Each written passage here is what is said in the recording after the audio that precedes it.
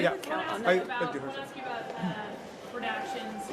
So we've learned since members have been able to go look at the unredacted files that even some of the files in there are still redacted. Yes. Do you have any mechanism to compel the FBI, for example, to turn over to the Department of Justice the complete raw materials, for example, the 302? Yes. That's a great point, because when you go over there and you get a computer and then you pull up the documents, and there's a button where you get the version that everybody is seeing, and then there's another button you can push to get the unredacted version. But sometimes when you push the button to get the unredacted version, it's still redacted and it's completely blacked out. And when you ask about it, you are told, well, that's how we, the Department of Justice, received it from the FBI or whatever other source there was for that material. Well, we, of course, have demanded the complete unredacted file of everything. And from our understanding, that would mean they would have to go back to the FBI to get it unredacted. Otherwise, it's obviously opening up a huge loophole in the whole thing. This is not a game. You know, we don't want this to be like a cat and mouse hide and go seek game. We want to get to the truth of this. And that is why I challenged Attorney General Bondi to create a federal, state, local task force to get to the bottom of this and to bring in the other prosecutors we need, because obviously they are acting extremely passive and ignorant about the whole thing. Congressman.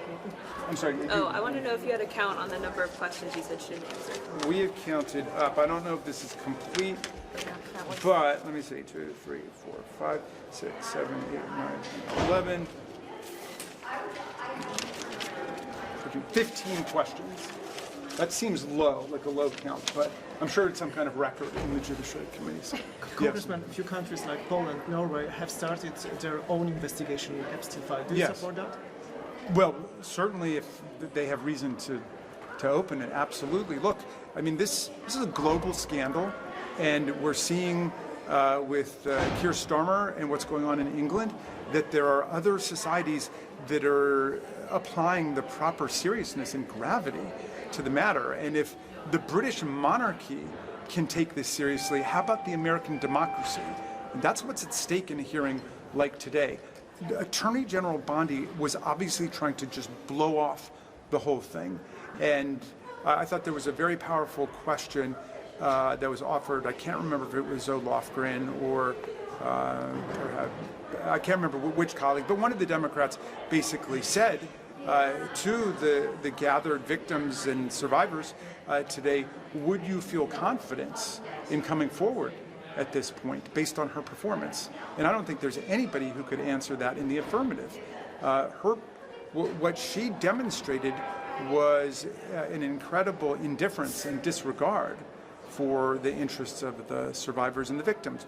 But there are people in Congress on a bipartisan basis who are taking this extremely seriously. We passed the federal law almost unanimously. I think we had only one dissenting vote on both the House and the Senate side, and we will get to the bottom of this. There are large parts of the country that have been rocked by other institutionalized sex abuse scandals at the university level, at the scholastic level, in churches, you name it, and workplaces and so on. And so we're going to get to the bottom of this, and America cares about this, and I think people are going to be appalled when they see the way that our own Attorney General responded to questions from the people's representatives. Mr. Raskin, can you describe the next steps in congressional oversight of the Justice Department's handling of this? Well, look, remember, we have just scratched the surface of the documents that have been made available to us. So we're going to try to figure out a way to keep moving forward systematically on the Oversight Committee, on the Judiciary Committee, to work together along with other members of Congress to try to find out what's in there and to inventory it and analyze it. Now remember, that's really what the Department of Justice should have been doing. They should be the ones looking for the conspiracies. They should be the ones looking for the crimes, but they have just kicked the can down the road. And so we are going to have to do that, and I think we're in the middle of that process right now. Would you have to go to question. court? Yeah. Would you be able to take them to court if you hit a wall and they're just not letting you see redacted material?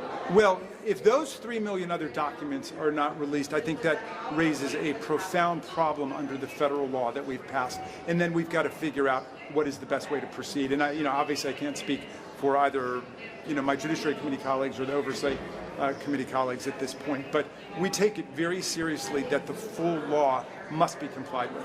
Thanks very much, you guys. Thank you. See you. Okay.